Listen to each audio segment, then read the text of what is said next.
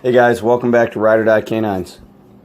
Today I'm going to talk a little bit about some stereotypes surrounding the pit bull, and also a little bit about how we got into breeding and kind of what we're planning on doing with the American Bully.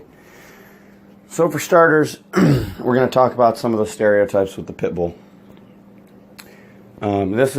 So you got the rescue community, which, by the way, we support fully.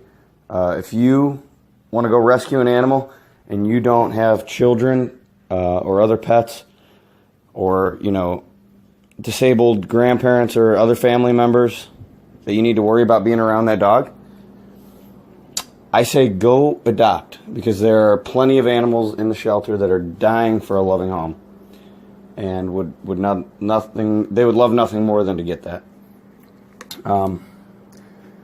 If you have children, especially younger children that you need to worry about, or an elderly person that is disabled in some way, maybe they're wheelchair bound or they need a walker to get around, and you're bringing a strange animal into the house that grandparent or family member cannot quickly get away from if they needed to, or defend themselves against that animal, I highly advise you do not go get a rescue, because you don't know the genetics behind these dogs.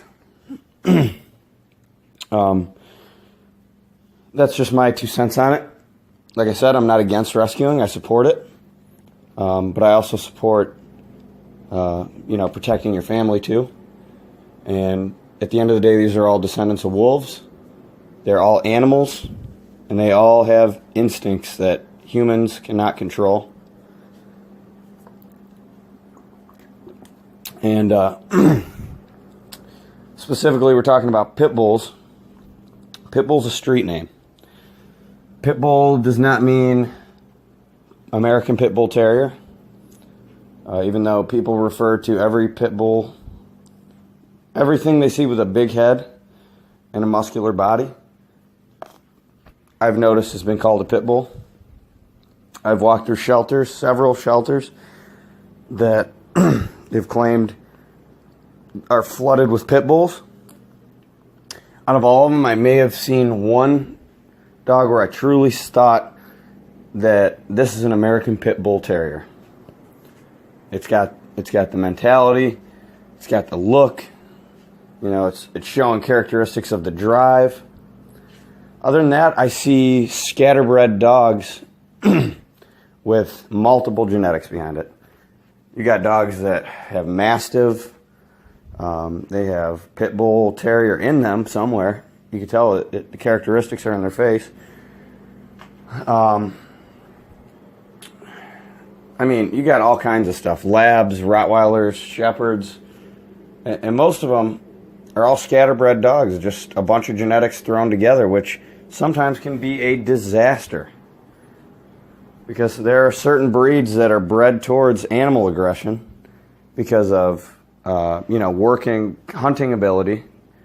For hunters who use dogs to catch hogs, they need a dog that is fearless and animal aggressive to go catch that hog and not back down when the hog fights back. So they breed towards that characteristic. And those dogs are not bad with people, but they are bad with animals. So you couldn't put that, I don't care how much you train it, you can't pull that instinct out of that dog to come in a home and coexist with a cat or another dog. So knowing that, and knowing that you can't tell the genetics behind some of these dogs, should leave you to come to the conclusion that you shouldn't leave that up to chance when bringing it into your family member's house. And on the other hand, you got dogs that are bred for, man-stopping capabilities, like guard dogs.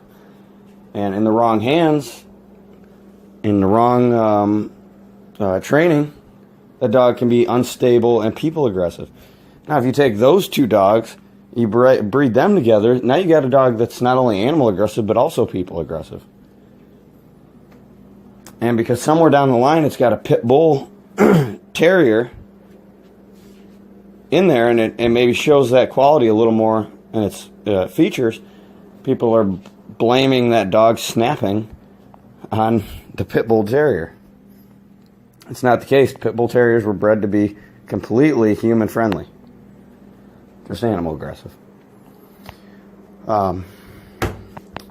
So I'll get off that rant a little bit and more about what we're doing. For starters, we're total animal lovers in general, not just American bullies, and more specifically, not just dogs. However, we fell in love instantly with the American bully when we seen its look. After knowing other things about it, you know, as far as temperament goes, one of my favorite dogs is the American Pit Bull Terrier. I just couldn't have it in my house because I know it can't coexist with my other dogs. But I love the way they look, and I respect their drive and their willingness to just go. But these dogs, the American bullies, are like exaggerated pit bulls when it comes to looks and features. They're not as lean. I'm sorry, they are very lean, but they're not as light framed. They're a little more stocky. Usually they have bigger heads. They're just more exaggerated features. But they don't carry that drive. They've been bred to mellow that out a lot. So they still carry a lot of the, being very in tune with human emotion. Those are some of the qualities I liked about the American Pit Bull Terrier, and they carry that very, very strongly. And that was the main reason I went with this breed. Because they have I call it a sweetheart attitude that is better than any other breed I've had. I've had schnoodles, Rottweilers, Labs, other dogs, and this definitely has taken this is definitely taking the cake. So once we realize how great they can be as a companion and how strongly they are in tune with human emotion compared to other breeds, we decided that it would have a very positive impact on the breed as a whole if we could get these dogs trained and certified as therapy dogs. They would be able to help veterans with PTSD, depression, take these dogs into hospital units, burn units, cancer units, nursing homes, and be able to just make someone's day better just by their presence. It's proven fact people live longer when they have dogs because, it makes you more active because you got to walk the dog. Relieve stress because when you're upset, the dog just wants to make you happy. So it's doing these cute little things to make you feel better, which brings your blood pressure down, heart rate down. It just makes you more mellow. So once we decided this is our goal, our next step, of course, had to be researching a perfect bloodline that had focused on these dogs' temperament. Because, like we just talked about, the dogs they derive from, which is an American Pit Bull Terrier and an American Staffordshire Terrier, and the dogs that are all behind them, are all working breeds, some of which carry that animal aggression. So we needed to be as certain as possible that the dogs we get would not have or pass on these tendencies. And after a few years of researching this, we found Ty Diener with Hurricanebloodline.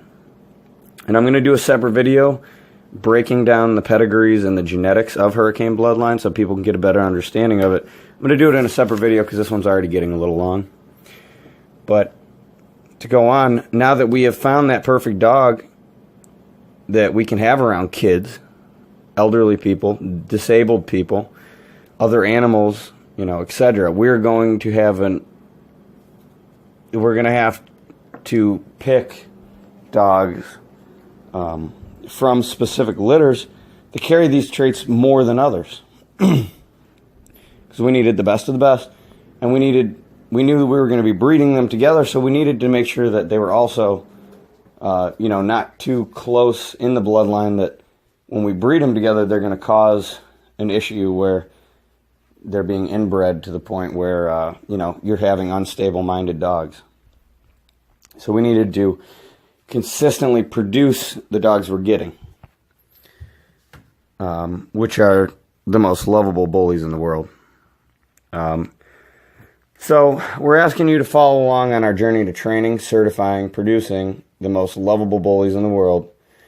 And, stay tuned, because we're going to be getting very interactive with these places, like I talked about before, with the veterans, the hospitals, maybe autistic kids, if we can get involved in that community. I know therapy dogs do wonders for them, and we just want to make everyone's life better if we can.